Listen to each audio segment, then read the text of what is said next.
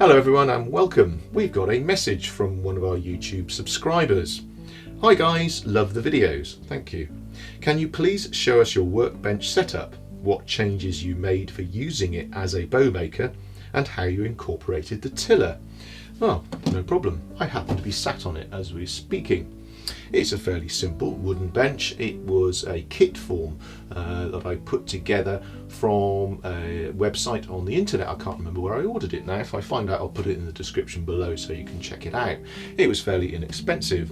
It comes with a few basic bits and pieces. There's a vise at the end which actually screws in and goes into some components underneath. It's a wooden type one. It's quite useful. There was a couple of different positions for it, but I chose the one that was most useful to me.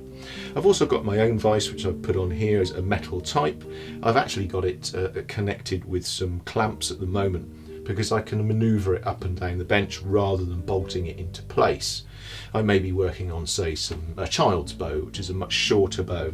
So I've got one vise at one end, one at the other, two different metal types, so that at least I can manoeuvre it around and makes it a bit more versatile.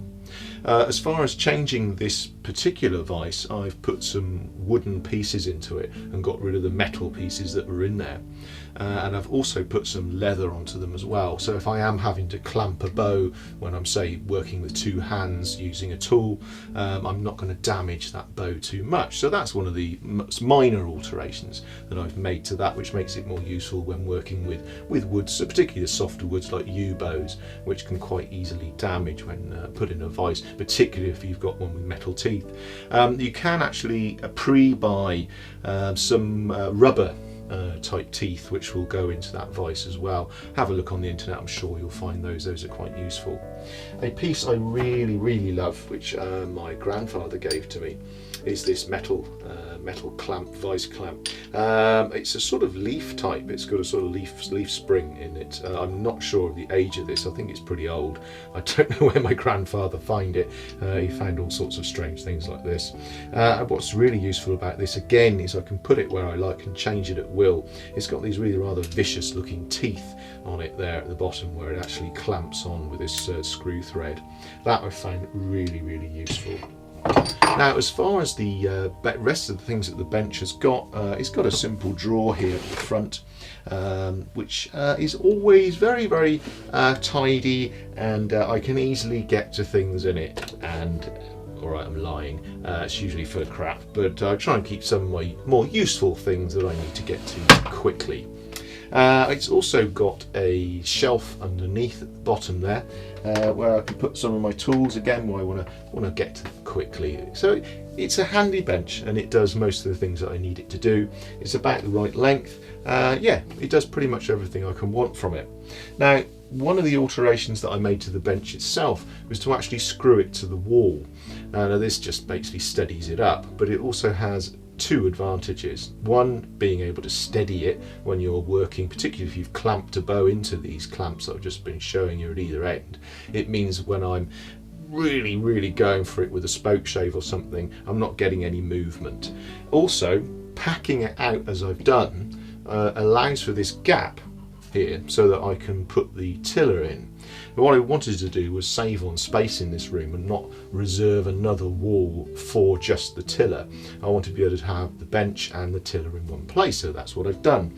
So allowing for this gap, it means I can have the sort of approximately 5-6 foot length of wood which makes up the tiller, which goes from the bottom of the floor there all the way up to approximately eye level where I can actually put the handle in. Now, the tiller consists of a couple of pulleys. I've got a pulley at the top there which has got the hook on it, which would actually go onto the string, and I've also screwed another hook into the bottom of the tiller cup at the top here where the bow would sit, so that when I'm not using it I can simply hook that onto it so that it's out of the way and I don't keep losing it and have to keep finding it all the time. Now the rope goes around those pulleys, around down to the bottom. I'll try and show some footage under there. That means I'll have to get on my hands and knees to show you that bit, but I'm probably showing you it now. And that's then obviously attached to the bottom of the tiller plate, the bit that actually attaches to the wall, and that's screwed in several places because obviously you might be working on a relatively heavy bow, so I've screwed that in well to keep that in place. And at the top there we've got the cup where the bow will actually sit into it. Again, that's lined with leather to try and offer at least some sort of protection to the bow when I'm using it. And this tiller, I've got a hole in the front, so that means that I can use a clamp, which I've got somewhere. Oh, here it is.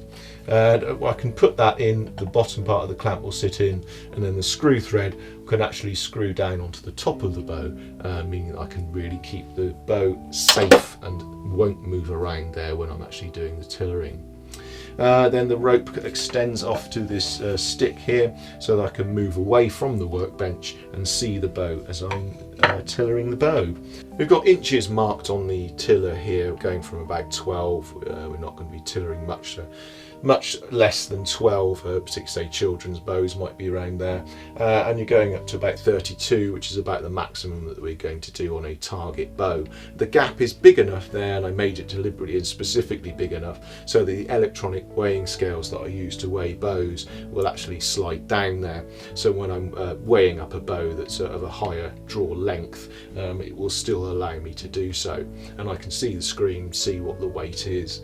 Those measurements on the front there, I've done those in black pens, so at least they're a bit more visible at a distance, always something that's handy to do. That's pretty much how that tiller works. It's not a very complicated piece of machinery, but all those pulleys means that when you're actually drawing the bow, you're not drawing the full weight. Anyone who's used something like a compound bow or any sort of cam type system or any sort of pulley will know that that gives you a mechanical advantage and just makes the whole process that much easier. One of the other things that I've done to alter the bench, or not specifically the bench, but a useful thing that I use and something that the YouTube subscriber was actually querying when I talked to him, were these pieces of wood that I use, which are basically extenders, because the bench is comparatively low, or certainly for the work that I want to do. These slot into the vices there, one at either end. They artificially raise the bench up by probably 7 or 8 inches, something like that, and get it up to a much more natural height for working at, so you're not stooped over the bench. It also means, because they're a curved section in the top here that I've cut out, again I've packed these out with leather and a few other bits of foam, because when I'm working on the bow at varying stages, particularly when you get to the point when you're finishing the bow, that again they can be easily bruised or damaged. It allows for the bow to be rotated very easily. I often work with one hand on the bow, so it's horizontal on the tiller in these 2 sections of wood, in these 2 U-shaped bits. And it means I can rotate the bow with one hand, usually let's say my left hand, then I'm right-handed, so I tend to hold the tool, be it a scraper or a rasp. It means I can turn the bow and really get an even movement into the bow as I'm working the bow, either roughing it out or doing the tillering stages where I'm removing sections of wood from the bow. That's really, really simple and a really, really handy device. If you're wanting to work on, say, a bow where you want it fully clamped, I tend to leave one of those U-shaped pieces at one end and then just remove one, place the bow into the clamp, and then at least I've got it steady. One of the other things I've got on my workbench here is a safety device, and that's because of dust, and it's an extraction system. This is a simple tube, goes to an extractor which I've made up, an electronic extractor, which goes in this box here just to deaden some of the sound. The tube goes out through a piece of perspex through the window at the back of the bench here, so it means I can take that down and put it up if I need to, rather than actually permanently fitting one into the window. It just makes it a bit easier in the winter, particularly if I need to close all the windows if it's getting cold up here. Those really are the only changes that I've made. They're all really, really simple changes that you can make yourself. If there's anything else you want to know about, any other sorts of hints or tints or tips, either of those, let me know. As I say, this person here just asked us on here, and I'm happy to do a video on it. That's no problem at all. So yeah, give us a shout. Anything you want to know, let me know. If you want to subscribe, please do. That would be great. Please join us. And if you want to check out some of the other videos, they're on the screen now. So thanks for watching, and I hope that was useful, and I'll see you again soon.